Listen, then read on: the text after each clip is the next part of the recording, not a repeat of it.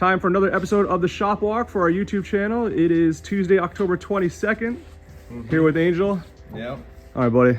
Tell me what's going on here. All right. So yeah, we are. First of all, this is Adam's track bike that we built this year. Fortunately, it has some mechanical issues, so we're repairing it. And so we had to actually swap out the head. And so we got a brand new head. We put some new parts in there, set the lash, get everything ready to swap to install to the bike.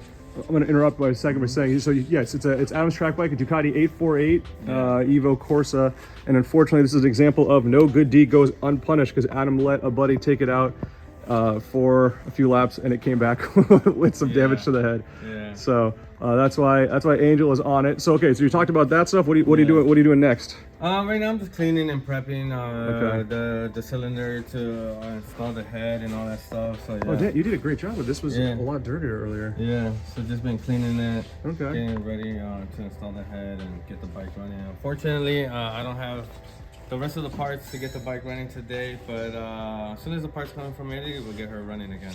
All right, sounds good. And then it will go up on the auction site. Yeah. Thank you. I don't know if it's gonna go back as a track bike. Oh, or as a street bike? Yeah. But as a track bike, it's full carbon.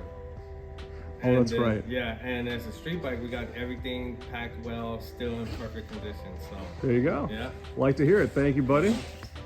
Over here in Yanni's Bay, we've got a Moto Guzzi Custom, and Yanni's actually just finished up on it, so that means I get to show you what it sounds like in a minute. But you were actually just you were wetting the tire, which is something you normally don't do. Yes.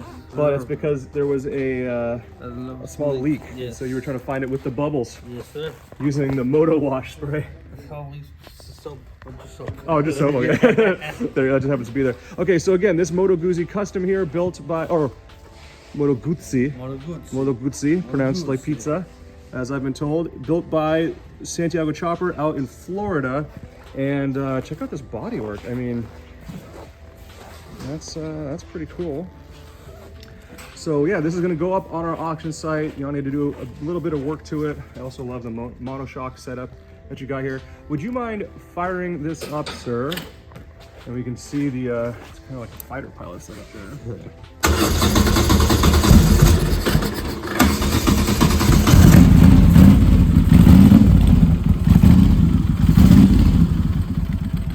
got the flat slides. Oh, it's a little cold. I'm trying to click on the spot there. And of course, this style motor, every time you rev it, shakes. Give me the brake light, would you? Oh, there you go. Cool looking bike. Sounds good. Looks good. You'll see it up on the auction site soon. Thank you, buddy. This one you won't see up on the auction site. Ollie's working on an an NSR 250, the MC28 generation, which means you get the single-sided swing arm there, and the PGM4 ignition. I'll show you what that means in just a moment. This is the SE, the Super Edition. So you get the stock wheels, not the Magtex, but you also get the dry clutch, which is hidden back there. When I was talking about PGM4 ignition, does not use a traditional key. It's got the cool memory card. There you go. And so back in the day, I guess still if you find one you can buy it, but they're really hard to find. But you could, back in the day, basically get the HRC version of this, and that's how you unlock the bike to get around the Japanese market restrictions. So the way you use this, you just slide this in there. Bang, there's your ignition, powered up. And you'll see it's got just 2,800 kilometers on it. Really nice, clean example. There you go. One of our clients, Rob and Amanda, they do track days with us. They bought a Kramer through us. They bought, that's kind of why I said NSF earlier. They actually bought a couple of NSF 250s. So we've ridden with them a few times, but here's a really cool street bike that they picked up. They bought it out of Japan themselves, and then asked if we could handle the logistics and the transportation to bring it here to the US.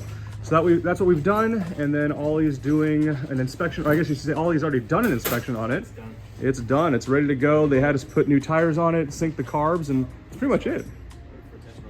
Oh, there you go. All right, so We'll get a test ride video of that together in just a moment and put that up on our social media so you can hear what it's like. But very, very clean bike right there. Another clean bike, Steve, the professor's got a Kawasaki H2 750 up on his lift. It's getting new exhaust. So the original ones were chrome. Now we're putting stainless steel ones on them from the folks over at Higspeed Performance. The sound of the 70s. You can, what is that sound, Steve? That's when they stick. There you go. That's the memories I have of the 70s. That's the sound of that. You should be their new spokesman. Yeah. There you go. They wouldn't go for that. But yeah, so the Kawasaki H2, the two-stroke 750cc, affectionately known as the Widowmaker. But there you go. So anyway, one of our clients, Mario, this is his bike, and like I said, getting new exhaust. Steve just put those on, and I'm sure the rest of the exhaust will be up pretty soon. Yeah, unfortunately, none of these are round. Oh. So I'm having to do some finagling to get the pipes on. Okay. I gotta do a little grinding. I'm waiting for you to finish your video. So that you can get to work and make noise. Okay, that's my sign. That's my cue to cut this video. Thank you, Steve, for your work, and we'll see you on the next shop on.